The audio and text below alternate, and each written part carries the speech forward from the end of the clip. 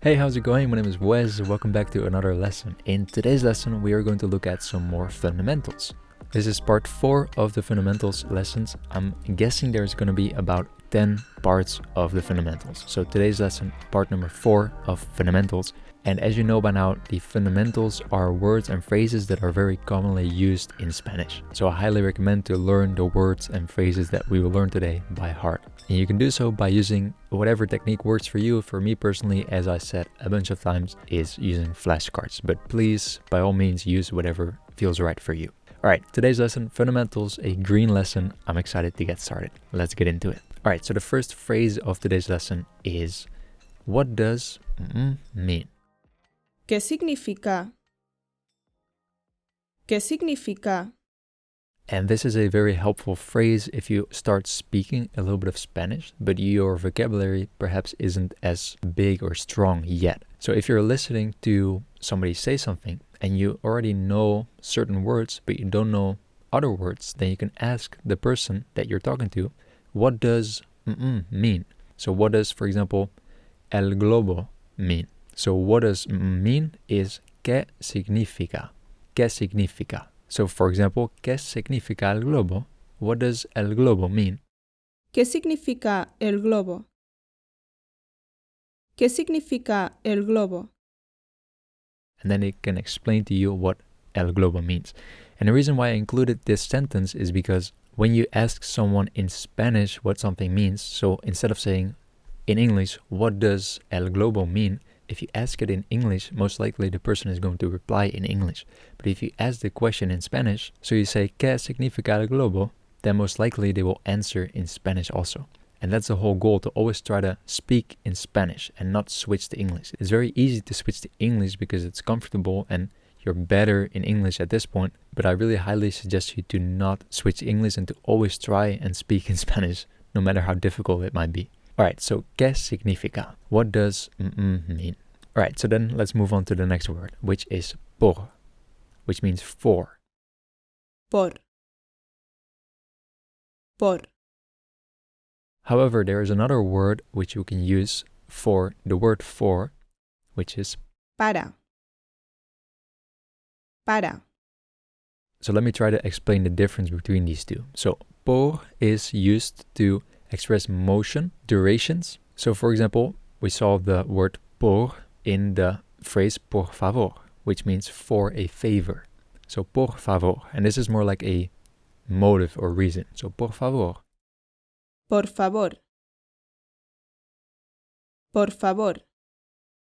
However, we also have the word para, which also means for. And para is used more to indicate a deadline, destination, a person or thing that receives something, or to express a purpose. So, for example, para mañana, which means for tomorrow. And here we're talking more about a deadline. Lo necesito para mañana. I need it for tomorrow.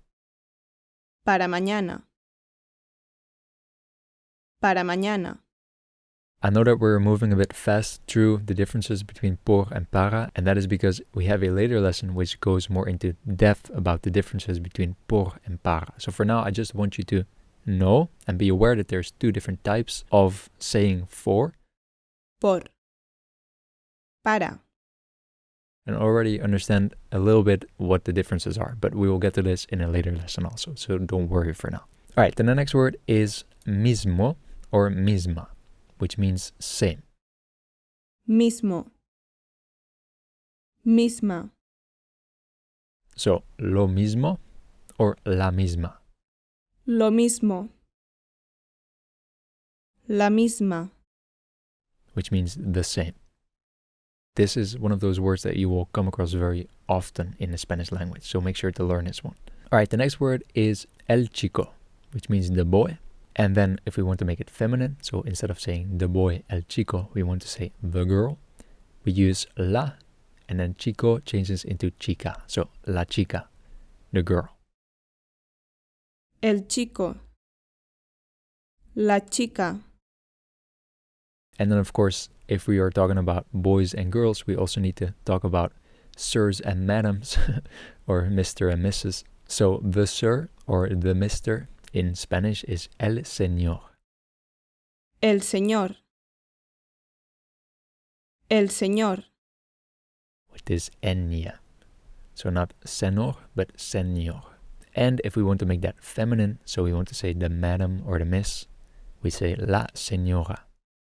La señora. La señora. Hey, what's up? It's Wes from the future. I'm sorry to interrupt this video.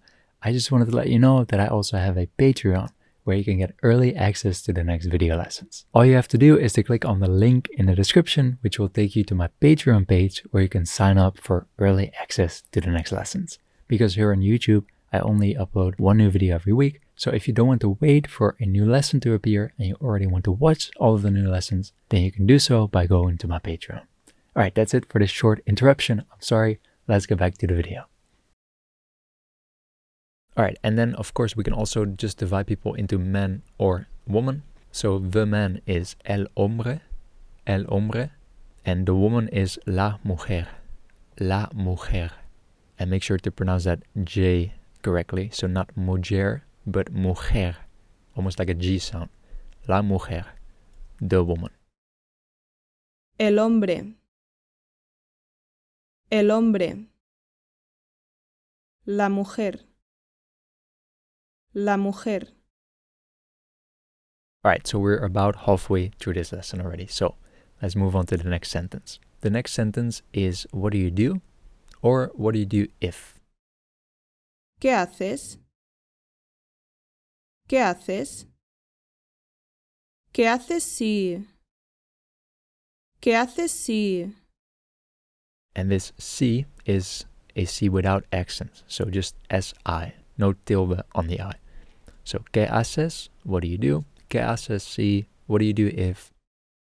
¿Qué haces? ¿Qué haces si? Next phrase is ¿qué quieres? ¿Qué quieres? ¿Qué quieres? And we already learned these two words. So, ¿qué means what? And quieres is you want. So, what you want. And in English, this would be what do you want? So we add that do. In Spanish, we don't have to add a word between what and you want. So we just say what you want. ¿Qué quieres? ¿Qué quieres? Alright, then another very popular word in Spanish is claro, which means of course. Claro.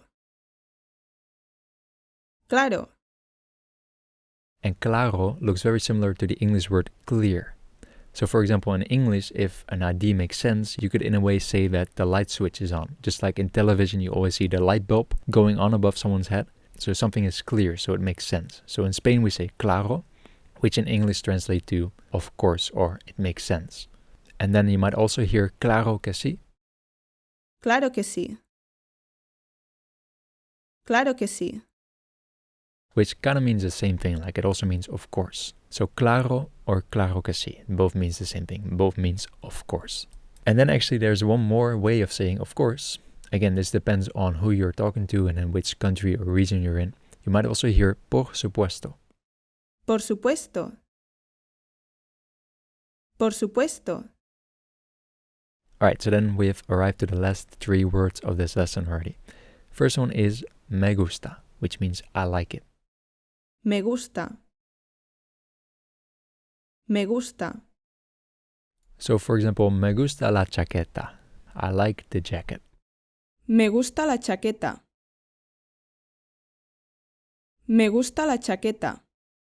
Or we can also add a no in front of me gusta, and then we say I don't like. So no me gusta la chaqueta.